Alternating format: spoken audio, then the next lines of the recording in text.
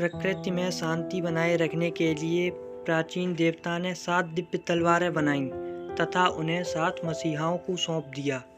चांगसू शहर में एक विषकन्या के आतंक की खबर इन मसीहाओं को पता चली और वे उसे बंदी बनाने के लिए उससे लड़ते हैं। इन 7 तलवारों के मसीहाओं ने उस विषकन्या को सप्तग्रही चक्रव्यूह में बांध दिया। इसके बाद हर 10 वर्षों में चैंगलिन तलवार के मसीहा उस सप्तग्रही चक्रव्यूह की जांच करने आते थे। 500 सालों के बाद जब चैंगलिन तलवार के मसीहा उस सप्तग्रही चक्रव्यूह की जांच करने आते हैं तो अचानक बिजली कड़कती है और तूफान आता है और इसी के साथ विषकन्या अचानक से आज़ाद हो जाती है। चैंगलिन तलवार का मसीहा अपनी तलवार बचाने के लिए उसे गधे पर रखकर गधे को वहां से भगा देता है और विषकन्या से लड़ते हैं, मगर अकेले होने के कारण विषकन्या उन्हें मार देती है। इसके बाद हमें इस कहानी में जीसान नाम का एक लड़का दिखाया जाता है जो एक रेस्टोरेंट में कहानी सुनाकर कस्टमर का दिल बहलाने का काम करता है। एक दिन जीसान रेस्टोरेंट में कहानी सुना रहा होता है, तभी उसकी आंटी उसका कान पकड़ लेती है और उसे शराब की डिलीवरी देने के लिए बोलती है। जीसान शराब की डिलीवरी देने के लिए जंगल के रास्ते जा रहा होता है, तभी उसे रास्ते में चैंगलिन तलवार लिए गधा मिलता है। जब जीसान उस तलवार को उठाता है तो तलवार की शक्ति देखकर वह डर जाता है और भाग जाता है। तभी हम देखते हैं कि वह विषकन्या भी उस जंगल में आई होती है। जब जीसान भागकर वहां पहुंचता है तो वह उसे शराब पीने का ऑफर देती है। जीसान शराब पीकर खुश होकर जाने लगता है तो विषकन्या जीसान से उसका पता पूछती है।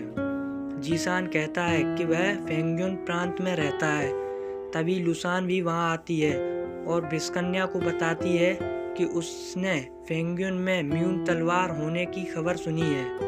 इधर जीसान जंगल से जा रहा होता है, तभी वो गधा से फिर वहां मिल जाता है। जीसान उसे लेकर रानी के महल में पहुंचता है जहां उसे शराब की डिलीवरी करनी होती है। जीसान रानी को तलवार देता है। तब रानी उसे 7 मसीहा के बारे में बताती है। तब जीसान रानी को म्यून तलवार के बारे में बताता है तो रानी उस तलवार को देखने के लिए जीसान के साथ चली आती है। जीसान उसे अपने रेस्टोरेंट लाता है जहां म्यून तलवार उसके एक दोस्त के पास होती है। तभी वो विषकन्या भी म्यून तलवार खोजते हुए वहां आ जाती है। जीसान की आंटी जीसान और उसके दोस्तों को बचाने के लिए विषकन्या से फाइट करती है, लेकिन विषकन्या उन्हें मार देती है। रानी, जीसान और उसका दोस्त वहां से भागते हैं। रानी का एक गार्ड उन्हें कवर करना चाहता है, लेकिन तभी वहां फॉक्स गर्ल आ जाती है। रानी, जीसान और उसका दोस्त वहां से भाग जाते हैं, लेकिन फॉक्स गर्ल कुछ ही देर में रानी के गार्ड को अपने एक साथी की मदद से मार देती है। उसके बाद एक स्वॉर्ड मास्टर अपने फाइटर्स को विषकन्या के बारे में बता रहे होते हैं।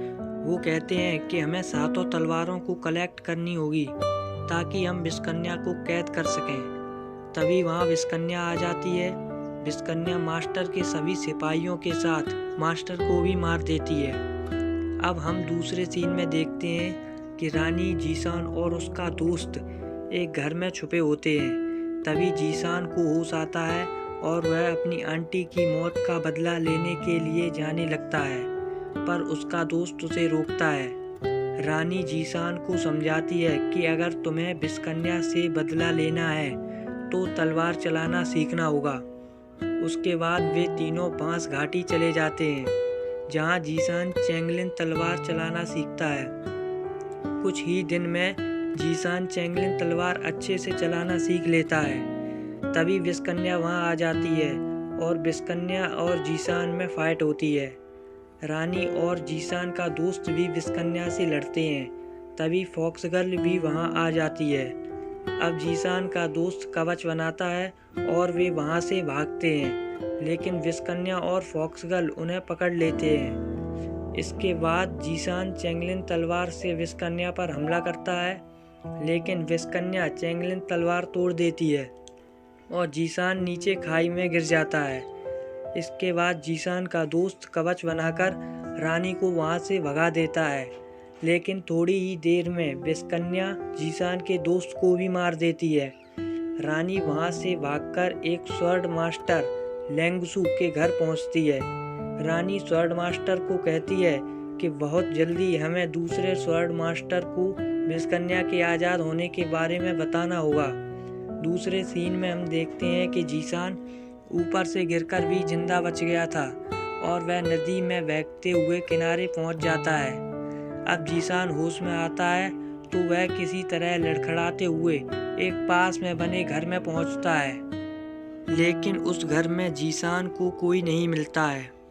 अब हम देखते हैं कि एक बूढ़ा व्यक्ति रास्ते में जा रहा होता है और उससे जीसान का दोस्त दिखाई पड़ता है। वो चेंगलिन तलवार टूटा हुआ देखता है। वो जीसान के दोस्त को कुछ दवा देता है और उसे उठाकर घोड़े पर लादकर मास्टर लेंगसू के घर ले आता है। दरअसल यह बूढ़ा आदमी भी एक तलवार का मसीहा होता है और इसका नाम मास्टर लियू है। इसके बाद रानी विषकन्या के बारे में मास्टर लियू को बताती है। मास्टर लियू मास्टर लेंगसू को टूटी हुई चेंगलिन तलवार दिखाते हैं और लेंगसू से पूछते हैं कि क्या तुम इसे जोड़ सकते हो। लेंगसू कहता है कि वो इसे नहीं जोड़ सकता, लेकिन वह जानता है कि इसे कैसे जोड़ना है।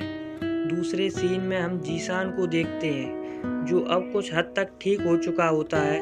वो एक वाटरफॉल के पास एक जादुई चट्टान के पास पहुंचता है और वो चट्टान के दूसरी ओर चला जाता है।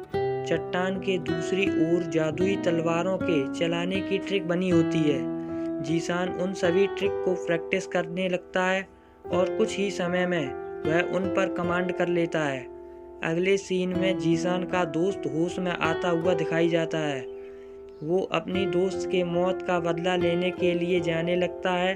तभी वहाँ एक और तलवार का मसीहा जीलुई भी आ जाता है।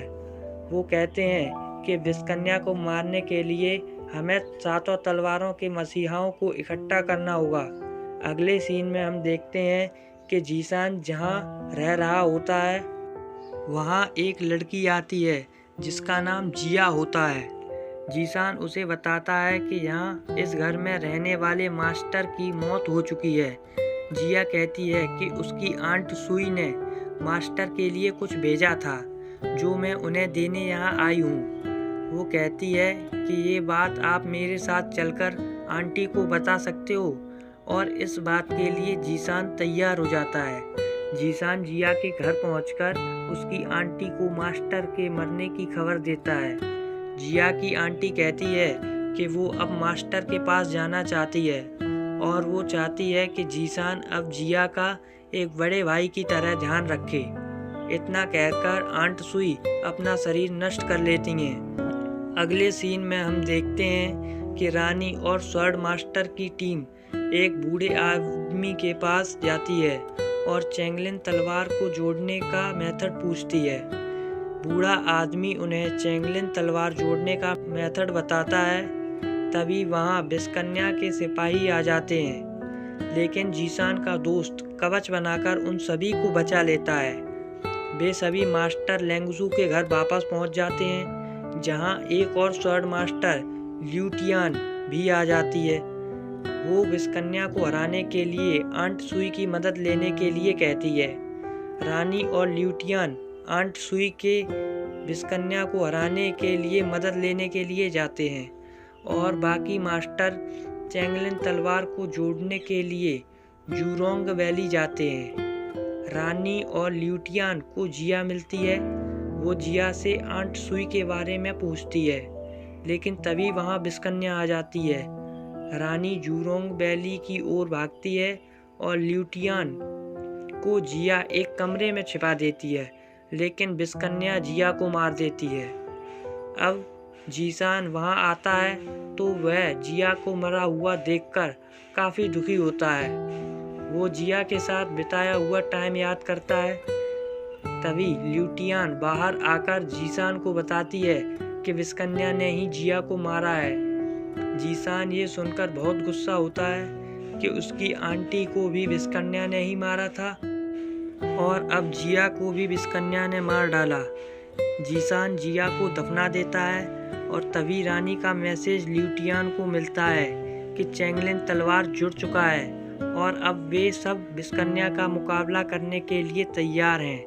इसके बाद हम देखते हैं कि एक ओल्ड लेडी फॉक्स गर्ल को ये सच बताती है कि उसकी पूरी फैमिली को कैसे विस्कन्या ने ख़त्म किया था। ये सुनकर फॉक्स गर्ल भी विस्कन्या के खिलाफ लड़ने के लिए सभी मास्टर्स के साथ मिल जाती है और सभी मास्टर्स विस्कन्या से मुकाबला करने निकल पड़ते हैं। थोड़ी ही देर में विस्कन्या उन्हें मारने के लिए वहां आ जाती है। सभी मास्टर उस पर हमला करते हैं, लेकिन वे सभी विस्कन्या को मार नहीं पाते हैं और वे विस्कन्या से फाइट करने लगते हैं। विस्कन्या मास्टर जीलुई को मार देती है। उसके बाद रानी विस्कन्या पर अटैक करती है, लेकिन विस्कन्या उस पर उल्टा अटैक कर देती है और रानी विस्कन्या के अटैक से नीचे गिरने लगती है। तभी जीसान वहां आकर रानी को बचा लेता है। जीसान को देखकर उसका दोस्त बहुत खुश होता है। तभी विस्कन्या अपने एक्चुअल रूप में आ जाती है। सभी मास्टर एक साथ विस्कन्या पर हमला करने लगते हैं। विस्कन्या सबसे पहले फॉक्स गर्ल को मार देती है, फिर जीसान के दोस्त को भी मार देती है। जीसान ये देखकर याद करता है कि कैसे विस्कन्या ने एक एक करके उसके पूरे परिवार को मार डाला। ये सोचकर जीसान को बहुत गुस्सा आता है। तभी जीसान को याद आता है कि कैसे एक साथ सातों तलवारों को इस्तेमाल किया जा सकता है। इसके बाद जीसान सभी तलवारों को यूनिफाइड करता है और एक साथ पूरी ताकत से विस्कन्या पर हमला करता है और इस हमले से विस्कन्या वहीं मर जाती है। इसके बाद जीसान और रानी वापस अपने प्रांत लौट आते हैं और यह मूवी यहीं पर एंड हो जाती है।